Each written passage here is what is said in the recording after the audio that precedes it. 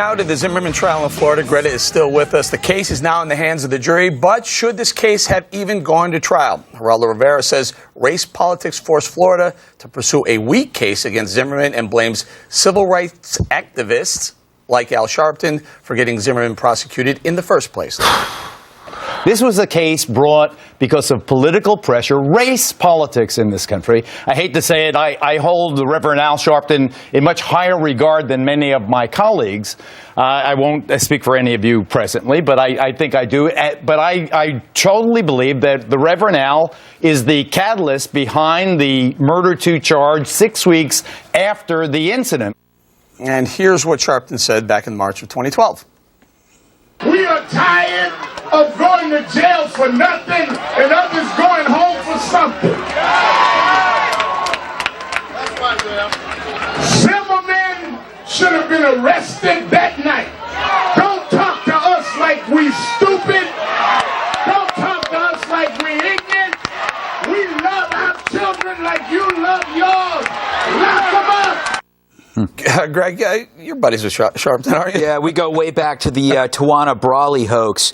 How this guy is allowed to be taken seriously after 2 major incidents, one that led to somebody's death, another one that ruined so many lives. Tawana Brawley hoax, where the woman claimed that she was raped by 5 men, which he helped propagate, and when it turned out to be a hoax, what did he do? Nothing. He continued with his career as a race baiter. Then you had the Crown Heights riots, in which the death of Yankel Rosenbaum.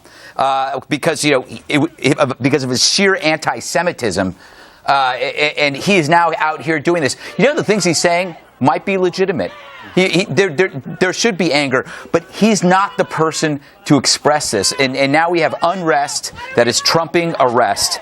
Justice is being influenced by fear, and he is one of the primary instigators. And if there is death, and if there is violence because of a riot, he's got to be part of the blame. Go ahead, Bob. You think Sharpton's first of all, wrong on these, right? I don't go to the Brawley case, for example. Not only that, he ruined the career of that prosecutor in a horrible way. I know Sharpton known him for a long time, and I guess I would consider him a friend of mine. But having said that, I don't think that Al Sharpton was the one who singularly pushed this thing into a trial. I mean, I hear what Geraldo's saying, but I just don't buy it. I don't think one guy giving one speech. But on the other hand, you've said leaders in the black community should be putting a calming tone on yes, it they rather should. than inciting that's violence. But that was, remember, this was a long time ago. So a year ago. Well, how long ago was that? I mean, he's been on MSNBC since then, hasn't he? No, I think he should. I think he should try to walk it back if he could, but I don't think he can. He can't do it on MSNBC because nobody's watching it. He doesn't want to walk it back, though. This keeps him relevant.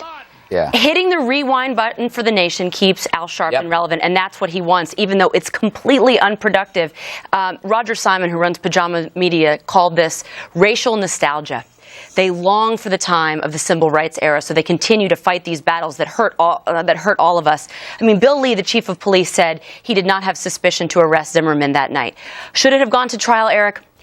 I don't know. Maybe, but not in this way. Not to the court of public opinion first. And I will say, it's not just Sharpton. You're exactly right. It's President Barack Obama speaking up, talking about how if he had a son, it would look like Trayvon, so that everyone watching pictures the president's son murdered. It's stuff like that, it's rhetoric like that, that is not helpful to uniting this country. Well, I'm going to try to take the other side just because I'm going to give it a shot. It had been 6 weeks. And there had been no arrest made. We did had a 17-year-old kid was killed. And whether or not that was manslaughter or second-degree murder or it was in self-defense, I think that's why there needed to be a trial. And if not Al Sharpton, who else was going to step up? Up to then, nobody had. That's the sad part, is that what you're saying is correct. But there has to be better leaders. And look, for hundreds and hundreds of years, whites have had charlatans as leaders. We've had incredibly corrupt leaders, and now we're in this modern period where blacks have their leaders. They're entitled to have bad leaders too, is what I'm saying. But let's get better ones. Greta, you're there. You're seeing the people. You're seeing the groups getting bigger and bigger. You're hearing these words on TV. Are you concerned about people listening to Al Sharpton? Well, yeah, sure. I mean, anybody who's out there, if you're throwing, fuel on the fire. But look, this is a great opportunity for Reverend Al Sharpton right now to emerge and try to put everything at rest. I mean, instead of us sort of looking back and picking at old scabs, this would be a really good time. We don't even have a jury verdict. We don't know which way it's going to go. Wouldn't it be great if leaders, would come out and do the right thing and start saying, look, justice is when you have facts in a courtroom decided by a jury that both sides agree to. I mean, this is a perfect time for someone to emerge. So, we don't need trouble. We need sort of leadership. And I will add one other thing that bothered me about President Obama, who is a lawyer. Let's back up to that little fuss up in Cambridge early on in his administration when he said that the COP Act, he said, I don't know much about the facts, but the COP acted stupidly.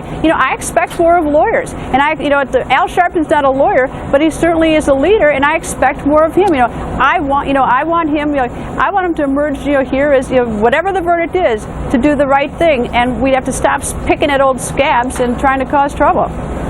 Greta, does it bother you at all that President Obama said he wouldn't weigh in on the Gosnell trial, but he will weigh in on certain things? He'll cherry pick issues that he feels are beneficial? I've lived in Washington way too long to be disturbed by things like that. I say sort of, jokingly. Look, I think I would hope that the president, if he had a chance to think about it, would like to do over on both of those.